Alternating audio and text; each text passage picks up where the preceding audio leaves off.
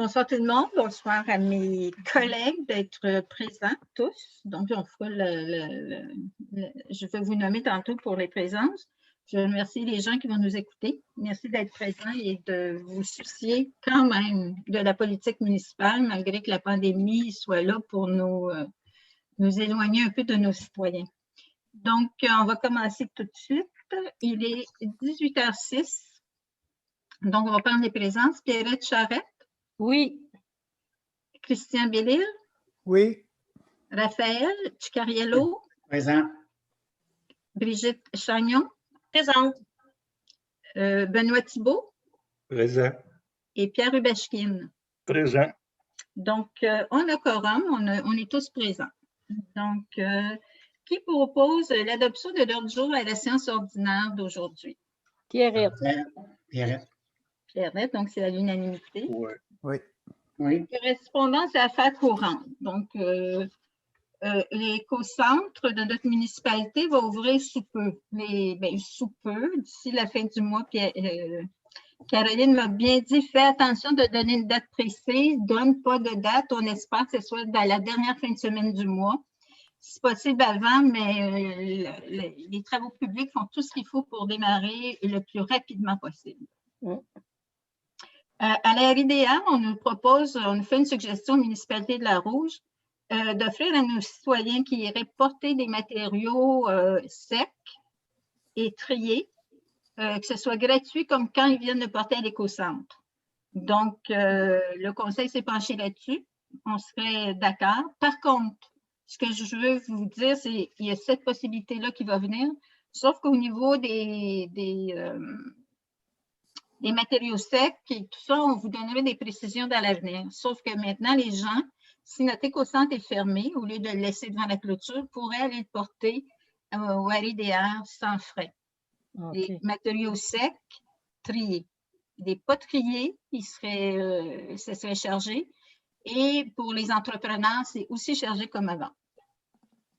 Services de garde. Le gouvernement essaie d'encourager les gens à démarrer des services de garde en milieu familial parce qu'on manque de place. Dans notre MRC, on en manque beaucoup. On manque de garderies. Donc, si vous connaissez quelqu'un qui aimerait, qui en a parlé, qui aurait des intentions d'ouvrir une garderie en milieu familial, c'est le moment. Donc, faites-en part à la municipalité, comme quoi vous avez ce projet-là. Nous, on doit le savoir parce qu'au CLD, le Centre local de développement à Mont-Laurier, on vous dirigerait vers le CLD, vous aiderait à démarrer votre projet. Il y aurait un petit montant d'argent, je pense que c'est autour de 2 000 $ qui pourrait vous aider financièrement. Donc, vous auriez un soutien technique pour monter votre projet, mais vous auriez aussi un soutien financier pour vous aider à démarrer. Donc, pour ceux qui avaient des projets, ceux qui s'intéressent, c'est le moment.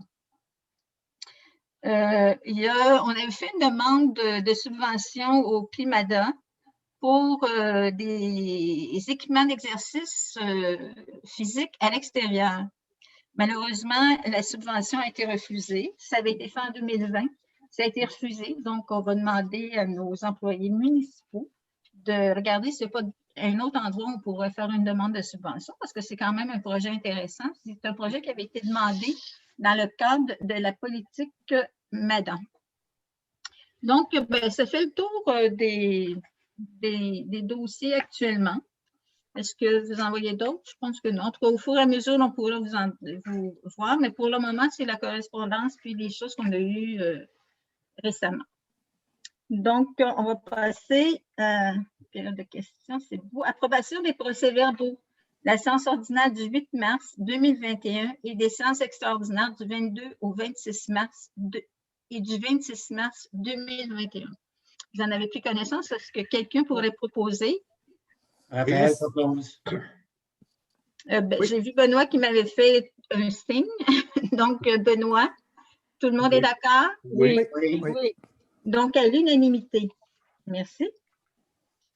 Résolution 6.1, adhésion à la déclaration d'engagement sur la démocratie et le respect de l'Union des municipalités du Québec. Comme c'est quand même assez important, si vous permettez, je vais lire les considérants. Que la polarisation de l'opinion publique dans les médias traditionnels et particulièrement dans les médias sociaux entraîne une multiplication de déclarations agressives et de gestes d'intimidation à l'égard des élus municipaux. Considérant que ce phénomène a pris de l'ampleur depuis le début de la crise de la COVID en 2020, considérant que l'intimidation, la menace et la violence verbale n'ont pas leur place dans une démocratie et ne favorisent en rien la confiance ainsi que la reconnaissance que la population a envers ces institutions démocratiques. Considérant que le respect est un élément fondamental d'une société démocratique qui exige à son tour la reconnaissance fondamentale de grandes libertés, dont notamment la liberté d'expression, considérant qu'une démocratie respectueuse honore la fonction d'élu et consolide la qualité et l'autorité des institutions, considérant que l'Union des municipalités du Québec a lancé une campagne nationale sur la démocratie et le respect, considérant que les membres du conseil d'administration de l'Union des municipalités du Québec ont adopté le 4 décembre 2020 une déclaration d'engagement. On invite les citoyens à en prendre connaissance. Il est proposé par... Pierre. Est-ce que tout le monde est d'accord? Oui. Oui. D'accord. Tout à fait. Et résolu à l'unanimité que le conseil municipal de la Macasa adhère à la déclaration d'engagement ayant pour thème la démocratie dans le respect, par respect pour la démocratie. Que le conseil municipal de la Macasa s'engage à accompagner les élus et les élus masculins municipaux, ainsi que toutes les sphères de la gouvernance municipale pour favoriser la démocratie municipale et consolider la confiance envers les institutions démocratiques. Qu'une copie de cette résolution soit transmise à l'Union des municipalités du Québec. Prochaine résolution, approbation de la lettre d'entente 2021-01 avec le syndicat SCFP section 5128 concernant le taux horaire des salariés étudiants pour la saison 2021.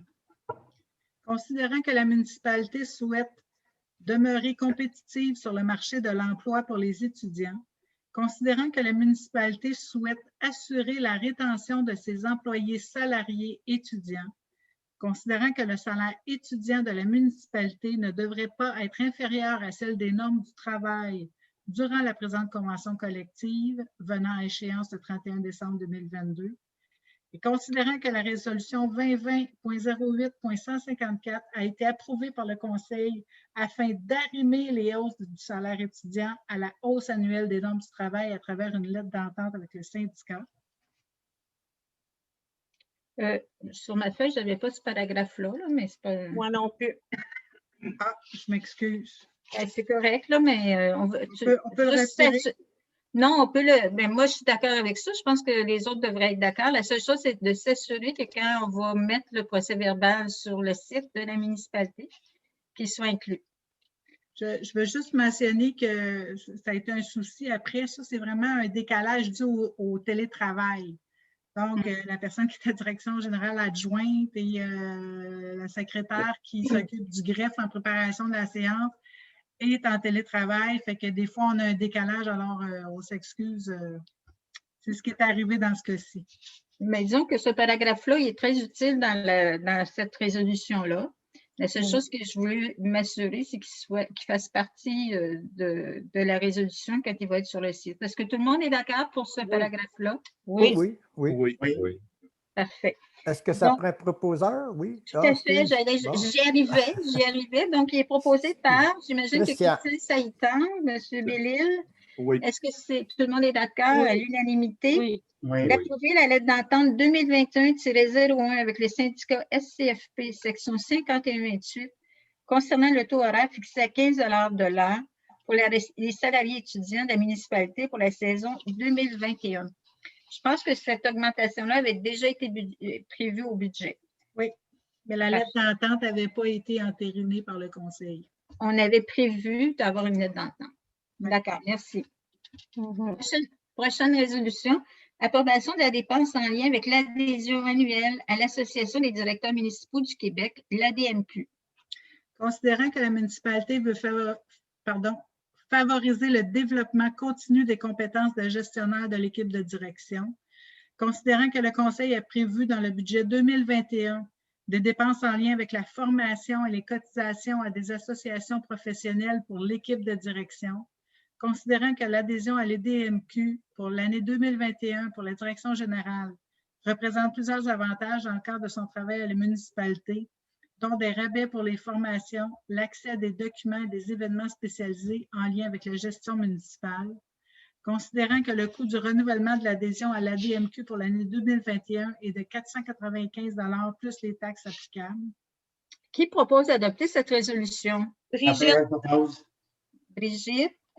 Et tout le monde est d'accord à l'unanimité? Oui. Oui. Non. Pierre? Oui. D'accord. Donc, à l'unanimité, d'autoriser la dépense en lien avec l'adhésion annuelle à l'ADMQ pour la section générale pour la direction générale pour l'année 2021. Prochaine résolution, remboursement au ministère des Transports du Québec d'une subvention versée en trop. Chacun. Considérant que la municipalité, je peux l'expliquer avant de lire les considérants. Oui, donc. tout à fait, tout à fait. C'est que la subvention qui avait été octroyée à la municipalité a été octroyée d'une première grande tranche. Et donc, c'est vraiment une question que les soumissions ont été plus basses que ce qui était prévu initialement. Ce qui fait qu'au final, quand on a finalisé les coûts de la réfection du chemin de l'aéroport, ça a coûté moins que la première tranche qu'ils nous ont donné, le ministère. Parce que le ministère payait 90 % des coûts totaux. Ce qui fait qu'on doit malheureusement rembourser un montant de cette subvention-là. Pas parce qu'on a mal fait, c'est juste que la soumission la plus basse et tous les frais ont été moindres que lorsque le devis technique a été déposé. Bon. Il aurait pu nous faire un cadeau, non? Donc, considérant que la municipalité a présenté une demande d'aide financière au MTQ en mars 2019 dans le volet redressement des infrastructures routières locales pour réaliser des travaux du chemin de l'aéroport, considérant que la municipalité a reçu 90 % du financement demandé, dont le calcul était basé sur l'estimation détaillée des coûts des travaux, considérant que la municipalité a reçu la somme de 46 656 $ en trop, compte tenu des coûts réels des travaux. Il est proposé par Raphaël. Raphaël. On va passer à Raphaël, M. Cicariello. Oui. Est-ce que tout le monde est d'accord? Oui. Oui. Parfait. Donc, résolu à l'unanimité de rembourser au ministère des Transports du Québec le montant de 46 656 de la subvention versée entre autres dans le cadre du volet ARI-AREL en lien avec la réfection du chemin de l'aéroport. Oui, mais si je pouvais préciser pour appuyer mon collègue Christian qui a soulevé auparavant que si une démarche pouvait être faite pour invoquer qu'on a des difficultés pour finaliser le dossier, si jamais quelque chose peut être fait. Tout à fait. Oui. Tout à fait. Okay. C'est déjà en marche. Prochaine résolution, octroi d'un contrat pour les travaux de réfection du chemin du Lac-Chaux Ouest. Considérant que la municipalité a eu la confirmation d'une subvention du ministère des Transports au mois d'octobre 2020 pour le projet de réfection du chemin du Lac-Chaux Ouest, que le coût du projet est estimé à 1 875 600 $, considérant que la contribution du gouvernement est de 75 % des coûts admissibles, ce qui représente 1 406 700 $, que considérant le règlement numéro 2021.158 qui décrète des travaux de réfection du chemin du Lac-Chaux Ouest et un emprunt au montant de 1 875 600 $ ont été adoptés lors de la séance du 26 mars 2021. Considérant que le service d'ingénierie de la MRC d'Antoine Labelle a produit le devis technique nécessaire pour la réalisation de travaux de réfection du chemin du Lac-Chaux Ouest, considérant que la municipalité a lancé un appel d'offres public en vue de l'octroi d'un contrat pour les travaux de réfection sur le chemin du Lac-Chaux Ouest, sur le SEAO, considérant que la municipalité a reçu une offre de l'entreprise Gaétan Lasselle Excavation Inc. au montant de 2 241 837,26 $. Considérant que la municipalité a reçu une offre de l'entreprise Les Pavages Lafleur et Fils Inc. au montant de 2 126 763,08 $. Considérant que la municipalité a reçu une offre de l'entreprise 9088-9569 Québec Inc. au montant de 1 934 996,37 $. Considérant que la municipalité a reçu une offre de l'entreprise Uniroc Construction Inc. d'1 894 733,62 $. Considérant que la municipalité a reçu une offre de l'entreprise Construction FGK Inc. au montant d'1 880 072,67 $. Considérant que la municipalité a reçu une offre de l'entreprise Interchantier Inc. au montant de 1 827 247,07 $. Et considérant que le plus bas soumissionnaire était l'entreprise Interchantier et que la soumission a été validée et conforme.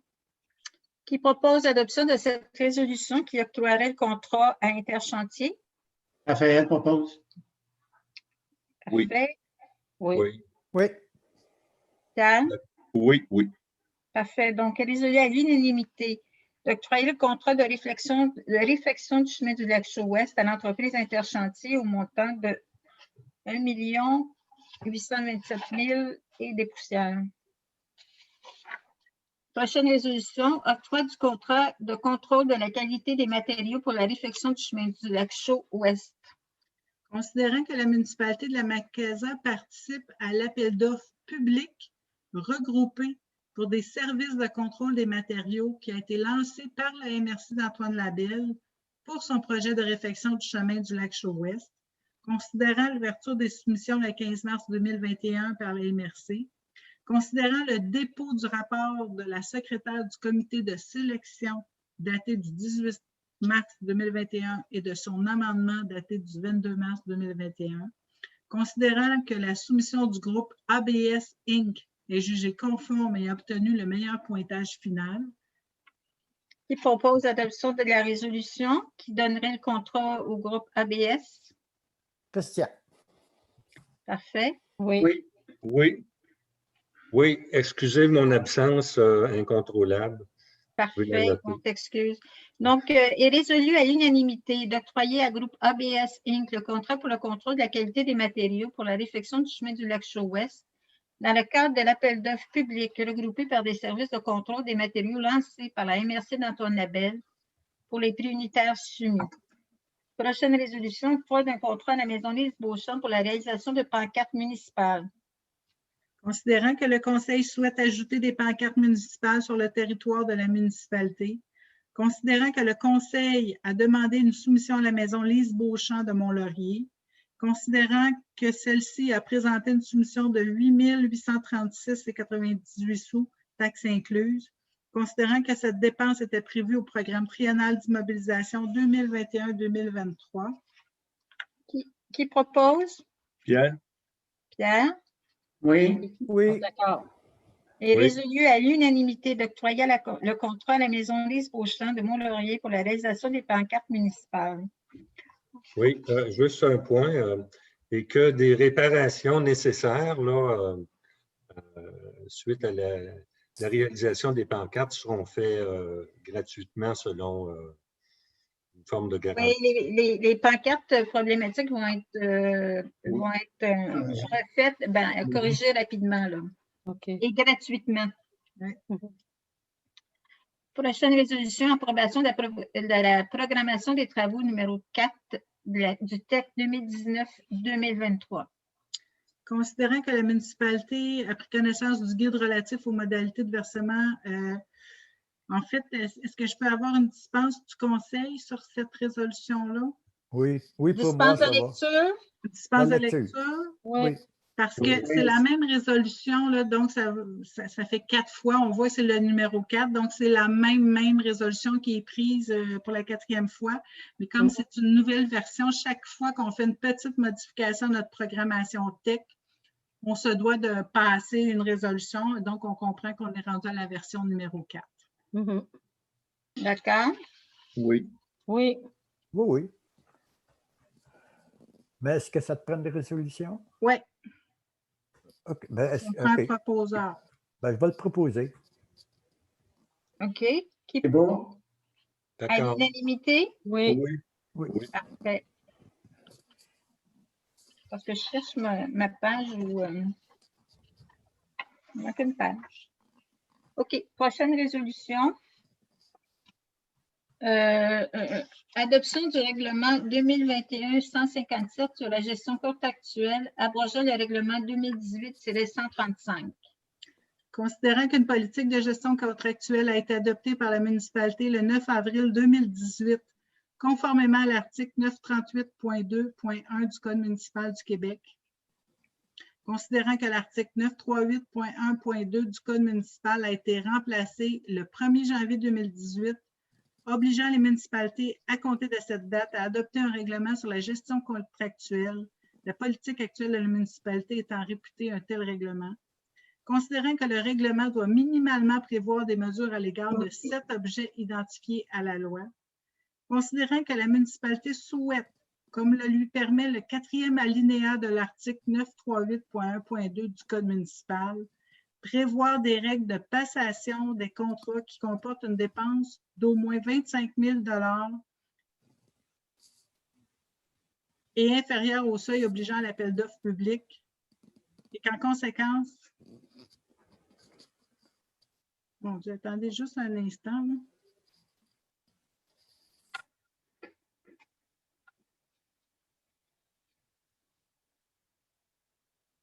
Juste dire dans le libellé, il manque une ligne. On comprend que l'essence du règlement 2021-157, c'est, je pense que la personne qui s'est occupée, la directrice générale adjointe, s'est emmêlé les pinceaux. En fait, le règlement 2021-157, si le conseil est à l'aise, en fait, c'est de dire que le conseil peut de gré à gré donner des contrats jusqu'au seuil minimal fixé par le ministère des Affaires municipales, qui est de l'ordre de 104 000 $ qui est ajusté chaque année. Donc, ce que ça dit, c'est que le règlement 218-135 sur la gestion contractuelle dit que 25 000 $ et moins, la municipalité pouvait de gré à gré, de 25 000 à 100 000 $, c'était appel d'offres sur invitation. Et évidemment, à partir de 100 000 $, c'est appel d'offres public. Le nouveau règlement 2021-157 va permettre à la municipalité de donner des contrats de gré à gré jusqu'au seuil minimal de 104 000 $ fixé par le ministère. Est-ce que ça va pour les membres du conseil? Oui, ça, c'est correct. Oui. C'est ce que tu nous avais présenté. Je voulais juste être certaine parce que là, je pense que le libellé, il y a eu une erreur dans le libellé, mais on va s'assurer dans le procès-verbal officiel que c'est ce que je viens de vous dire qui va être bien libellé. OK. Parfait. Donc, tout le C'est- monde a c'est- bien compris? Oui, c'est ce qui avait été dit auparavant là, dans la motion. La motion a été- Tout à fait, Alors, tout à fait. bon. Donc, qui propose? Raphaël propose. Parfait, Raphaël. Et tout le monde est d'accord? Oui. J'ai compris. Oui, oui. Oui. Donc, à l'unanimité d'adopter le règlement 2021-157, abrogeant le règlement 2018-.135 sur la gestion contractuelle. Prochaine résolution, octroi d'une bourse pour une ou une jeune étudiante terminant son 3e secondaire à l'école du Méandre. Considérant que la scolarisation des jeunes de la Macasa se déroule à l'école du Méandre du primaire au 3e secondaire, considérant qu'à la fin de leur 3e secondaire, les élèves doivent continuer leur secondaire à la polyvalente Saint-Joseph de Mont-Laurier, considérant que l'équipe école de l'école du Méandre veut souligner le départ des élèves qui quittent vers Mont-Laurier, considérant que la municipalité veut contribuer à la persévérance scolaire des jeunes de la Macasa. Brigitte. Brigitte, Oui. pour proposer la résolution. Oui, On oui. est Ça n'a pas de choix. Est-ce que tout le monde est d'accord, Oui. Benoît? Oui. Oui. Oui, Oui. 100%. Donc, proposé par Mme Brigitte Chagnon et résolu à l'unanimité d'octroyer une bourse de 75 $ une jeune ou un jeune terminant son 3e secondaire à l'école du Méandre. Je pense que ça va être bien mérité avec la période de pandémie qui vivent ces pauvres enfants à l'école, ça n'a pas de bon sens. Là. Comment est-ce que c'est perturbant pour les jeunes? Là? Bravo. Donc, prochaine résolution, demande aux autorités la protection du patrimoine militaire bâti dans la MRC d'Antoine Labelle. Considérant que, conformément à la volonté du gouvernement du Québec, le patrimoine bâti doit être protégé par les municipalités régionales de comté et les municipalités, considérant que pendant la guerre froide de 1952 à 1972, des décisions stratégiques de la défense nationale du Canada ont eu un impact direct dans l'histoire de la Macasa par la construction d'une piste d'atterrissage d'urgence dès 1952 et l'établissement d'une base de missiles nucléaires Beaumark, considérant que les 28 abris de missiles encore existants constituent un patrimoine militaire d'importance, considérant que les abris de missiles ne sont pas à ce jour ouverts au public, mais qu'ils constituent un spectacle aérien impressionnant et qu'ils incitent à découvrir l'histoire de la région, sous réserve de respecter la zone de vol interdite au-dessus du pénitencier, considérant que seules 2 villes au Canada ont hébergé des escadrons de missiles Beaumark, soit North Bay et la Macasa, considérant que les abris de missiles de North Bay ont été préservés et servent d'entrepôt utilitaire au grand public, considérant que la disparition des abris de missiles de la Macasa constituerait une destruction du patrimoine militaire du comté d'Antoine Labelle et de la spécificité de la Macasa, considérant que cet héritage de la guerre froide a changé à jamais et positivement le développement de la Macasa par l'établissement d'un aéroport international et d'un pénitencier fédéral, considérant qu'il convient d'attribuer une citation patrimoniale à ce site historique, considérant que le parc d'abris de missiles incite à découvrir l'histoire de la région, notamment par le biais de la Maison de la culture de la Macasa. Donc, qui propose? Benoît. J'ai bien pensé. Oui. Donc, M. Benoît Thibault, Oui. On est d'accord. Oui.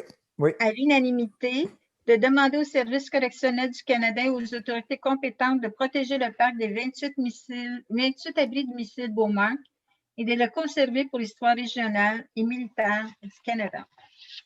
Oui. Prochaine résolution. T'avais-tu quelque chose à ajouter, Benoît? Dans les commentaires à la fin. Ah, d'accord, merci. Octroi d'une aide financière à la Fondation CHDL-CRHV. Considérant que la municipalité a reçu une demande d'aide financière représentant 1 $ par nombre d'habitants de la Fondation du Centre hospitalier des Laurentides et du Centre de réadaptation des Hautes-Vallées, CHDL-CRHV, considérant que cette fondation a subi les contre-coups de la pandémie en devant annuler tous ses événements de levée de fonds prévus en 2020, considérant que la municipalité compte 1108 habitants.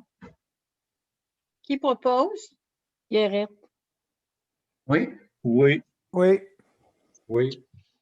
Et résolu, Mme Pierrette Charette propose, et c'est résolu à l'unanimité, d'octroyer une aide financière de 1108 $ à la Fondation CHDL-CRHV. Prochaine résolution, adoption de la liste des déboursés des comptes à payer. Je dois tout de suite là, mentionner que y a dans les comptes à payer au 8 avril, il y a un 300 000 $ qui est un transfert parce que la municipalité est en transition de son compte de la Banque nationale et transite vers un compte Desjardins de la Caisse de la Rouge.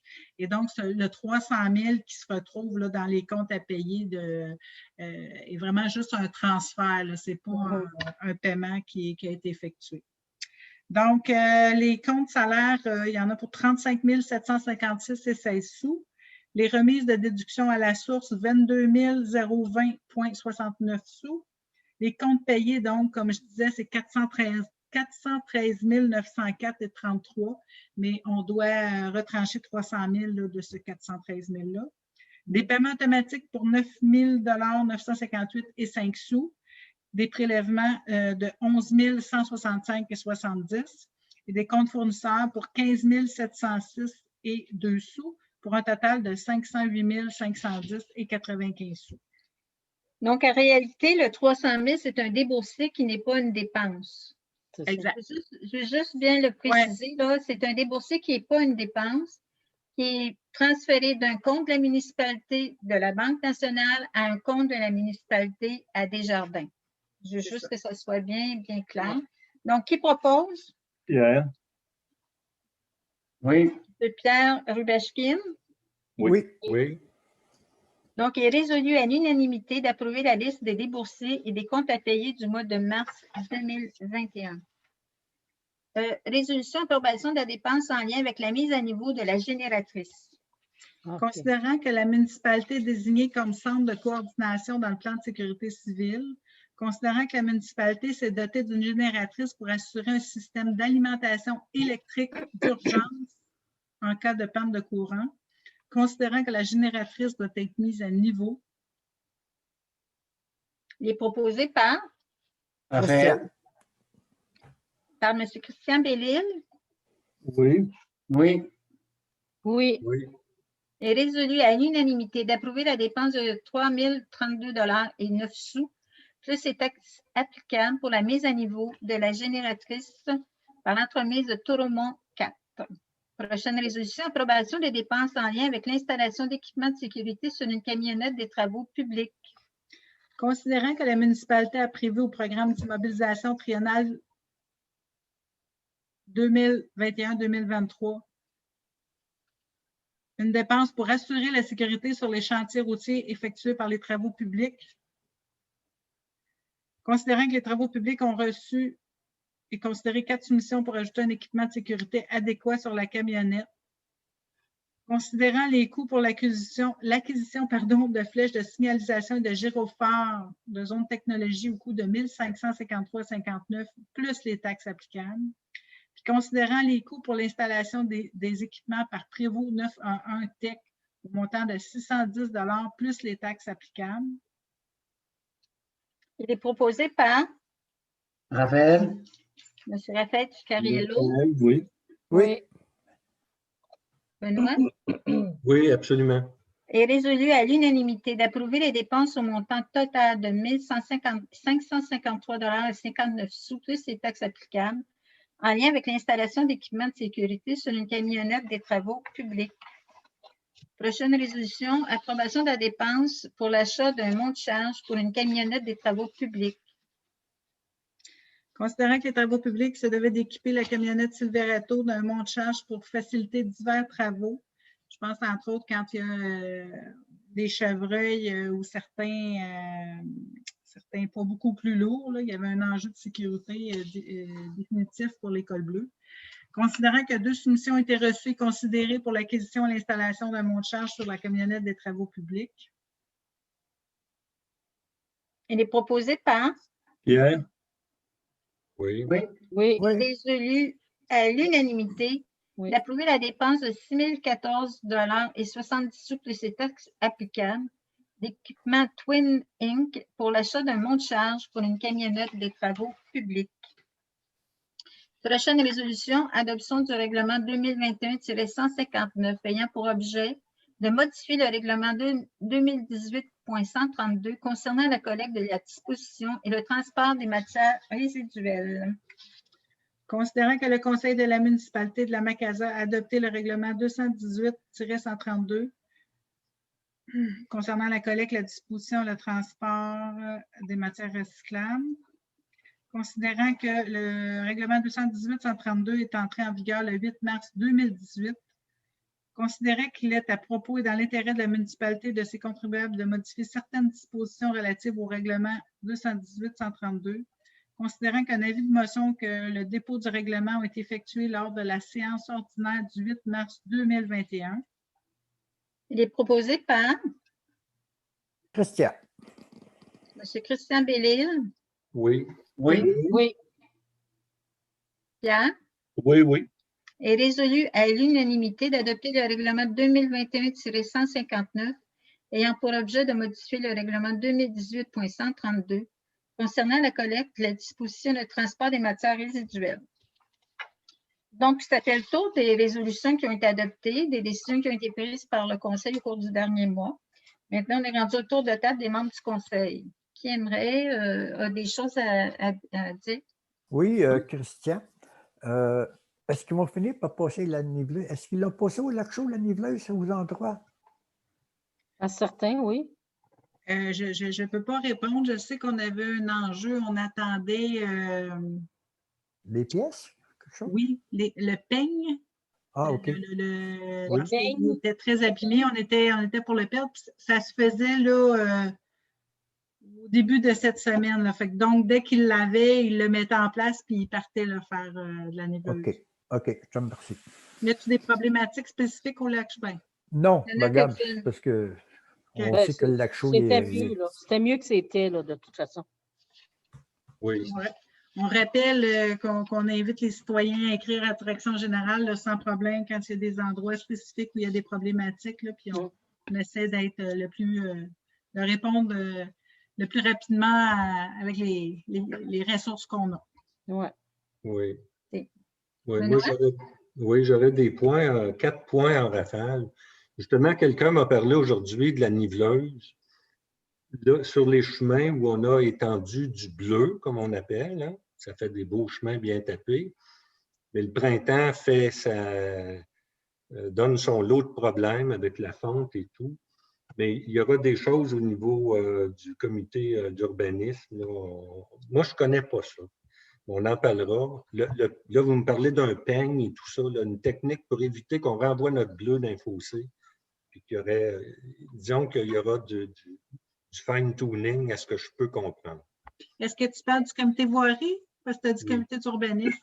Bien, je me suis trompé, c'est OK. voirie. Je n'étais pas sûr si tu le mettais en lien avec l'environnement. On est bien Oui. de l'ordre de la voirie. OK. C'est délicat, la niveleuse et tout ça, puis c'est en tout cas l'avenir.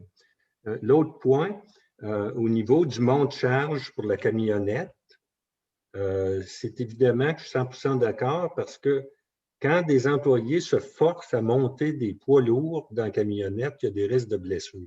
Oui. Donc, c'est une dépense pour moi qui est absolument incontournable. Oui. Ensuite, la première résolution qu'on a prise, je crois que c'était la première concernant le harcèlement. Je tiens à dire qu'il y a une énorme différence, il y a une ligne rouge à faire entre débattre, faire des débats animés sur des points de vue parfois différents. Ça, c'est de bonne guerre, c'est bon en démocratie. Mais là où il y a une ligne rouge, c'est lorsque le harcèlement s'en mêle. Alors, c'est pour ça que je suis vraiment... Mais je tiens à dire que la démocratie, parce qu'on a souligné beaucoup de points des fondements de la démocratie. La démocratie veut dire débattre, émettre ses idées, les confronter. Mais lorsqu'on franchit une ligne, cette ligne-là ne peut pas être franchie. Donc, c'est pour ça que je tenais à le souligner, parce que je suis un grand démocrate. Je ne me sens pas attaqué, là, mais pas du tout. C'est des fondements même de la démocratie grecque. Et le point final sur le patrimoine militaire, c'est un sujet de grande controverse. Je tiens à dire que je suis vraiment content de la résolution. C'est un pas en avant parce que j'ai été impliqué intimement depuis au-delà de 5 ans dans différentes activités de médiation culturelle, que ce soit des conférences. C'est toujours plein. Autant de gens locaux que régionaux et que nationaux. Donc, nous agissons bien pour pouvoir continuer à parler de cette période de grand danger et de grande controverse qui fait partie de notre ADN ici. Comme le train de fer, le chemin de fer, c'est ça qu'il faut préserver, c'est ce que nous avons. Puis tous les villages au Québec ont quelque chose de particulier à protéger en quelque part. Et je pense que là, nous faisons bien notre travail. Comme le pont couvert a été cité, l'Église a été citée, et il y a des problématiques partout. Alors, je suis vraiment très content au niveau patrimoine. Merci. Merci, Benoît, pour tes commentaires très judicieux. Effectivement, que moi, je peux confirmer que le harcèlement, l'intimidation, il faut que ça cesse. Les gouvernements, je pense qu'ils se sont rendus compte que les mêmes mairesses qui sont là actuellement, plusieurs ne veulent plus se représenter. beaucoup de bons candidats refusent parce que c'est pas juste quand ils sont en place, c'est après, tout le long. Ça ne se cesse pas. Maintenant, il y a les réseaux sociaux, mais il y en a d'autres que c'est pas par les réseaux sociaux.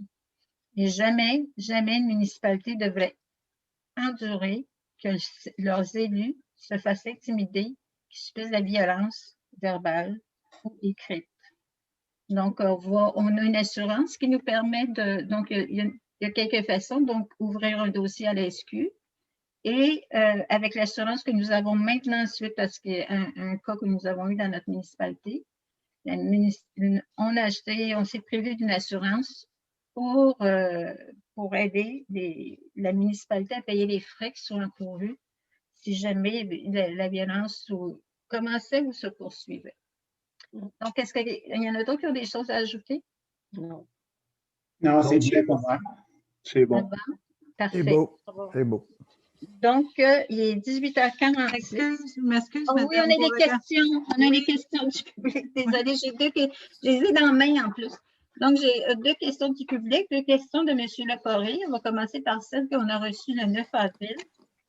M. Leporé du Lac-Chaux, nos 2 paliers de gouvernement fédéral et provincial ont fait une annonce au sujet de l'implantation d'Internet en région pour près de $1 milliard. En raison du coût astronomique que les propriétaires de magasins doivent supporter actuellement pour avoir ce service, soit plus de 2 000 sur 20 ans pour un bien collectif, donc on calcule 100 $ par année, est-il possible de faire des représentations auprès de la MRC, qui est le responsable de ce projet, afin que nous puissions bénéficier de cette subvention accordée aux régions? Donc, c'est une première question. Deuxième question, de plus, pourquoi un propriétaire qui est déjà desservi par une entreprise privée DERI doit payer pour ses terres? Troisième question, pourquoi un bien collectif doit être payé par des individus lorsque des subventions sont accordées à des collectivités? Actuellement, on paye pour l'installation et pour les futurs profits de ces compagnies. Il y a quelque chose d'illogique.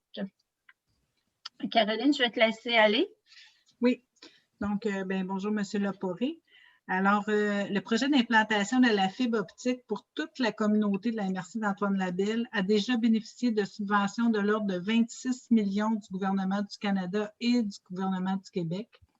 D'ailleurs, je vous invite là, pour tous les détails concernant le financement du projet d'aller sur le site web brancherantoinelabelle.com dans la section à propos financement. Alors, on voit là, le coût total du projet et du financement. Cette infrastructure-là, dont se dote la MRC et toute la collectivité, ça garantit un prix abordable pour la fibre optique pour tous les citoyens, peu importe le prix des entreprises du marché privé. Parce que la fibre optique, le service, comment elle est offert, c'est par la voie d'une coopérative, donc la coopérative de télécommunications d'Antoine Labelle. Et une coopérative, donc, ne cherche pas à faire simplement des profits lucratifs comme une entreprise privée, mais bien à bien desservir et à couvrir ses frais pour les citoyens. C'est ce qui va nous permettre d'avoir un prix concurrentiel pour toutes les années. Aussi, vous dire que pendant une quinzaine d'années, il y a peu de Macasiens et de Macasiennes là, qui ont été privilégiés, qui ont pu bénéficier du service de communautaire, qui était une BNL là, qui pouvait offrir à certains citoyens là, de l'Internet à faible coût. Ce service qui était pourtant payé par l'ensemble de la population.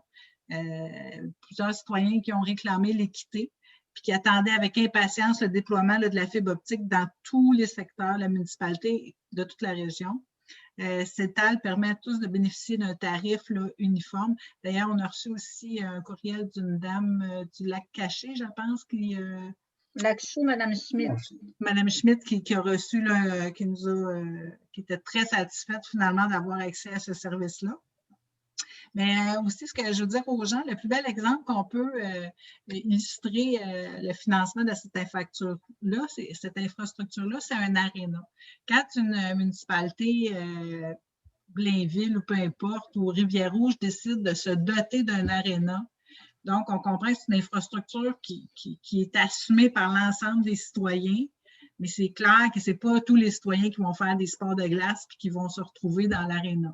Mais ça va être une infrastructure qui va être supportée par tous les citoyens. Si on le prend à plus petite échelle, c'est un peu la même chose si à moyen terme, la municipalité elle a le projet de refaire les bandes de sa patinoire extérieure ou de retaper la patinoire extérieure. Mais on comprend que les frais que ça va coûter pour la refaire, ça va être assumé par l'ensemble des citoyens, mais on comprend que ce n'est pas tous les citoyens qui vont venir profiter de la patinoire. Fait que c'est comme ça que c'est un bien collectif qui est financé là, de manière équitable par tous les gens de la municipalité. Voilà, j'espère que ça répond aux questions de M. Leporet. Pour la petite histoire de la fibre optique dans notre MRC, on est une des pionnières au niveau de projets en communication, en Internet haute vitesse. Et c'est sûr qu'il y en a d'autres qui ont approché les gouvernements. De là, il y a des nouveaux argents qui sont versés. Mais il faut dire que le Conseil des maires en est arrivé là parce que, à la suite de 2 appels d'offres consécutifs, une première fois, personne n'avait soumissionné. Une deuxième fois, une entreprise avait soumissionné pour offrir l'Internet à l'ensemble de la MRC, mais qu'il n'avait jamais été plus loin. Il a soumissionné, puis plus jamais on a eu une nouvelle de lui. Il avait eu le contrat, mais il n'avait pas voulu poursuivre. Donc, quand on a vu que personne ne voulait dans une grande MRC au niveau territorial, mais petite au niveau population, il n'y avait pas beaucoup d'entreprises privées, les grosses, les majeures qu'on appelle, n'ont pas voulu venir soumissionner dans notre MRC. De là que le projet est né, l'idée est arrivée de s'en occuper nous autres mêmes et c'est actuellement un succès. Voilà pourquoi on est né à une structure de cette envergure-là. Deuxième question de M. Leporet, encore reçue aujourd'hui, le 12 avril. Ce soir, M. Leporet nous demande, ce soir, 3 comptes pour le mois de mars pour des frais d'avocat pour un montant total de près de 14 000 $ sont pour approbation pour le conseil. Est-il possible d'avoir une ventilation de ces frais? C'est-à-dire à quoi a servi ce montant? Donc, je sais qu'il y a 3 dossiers particulièrement, dont le recouvrement de taxes. On a eu la documentation, la question sur la fin d'après-midi. On était en réunion, donc on n'a pas eu le temps de faire sortir justement la ventilation des frais. On pourrait vous donner des frais de recouvrement des taxes éventuellement. La seule chose, c'est comme les dossiers sont toujours en vigueur, sont toujours traités, on vous donnera, on pense, on sera en mesure de vous donner la ventilation des frais. Dès que ces dossiers-là seront terminés, là, on ne fera pas de cachette. On va être en mesure de donner, mais pour le moment, c'est toujours devant à la cour avec les avocats.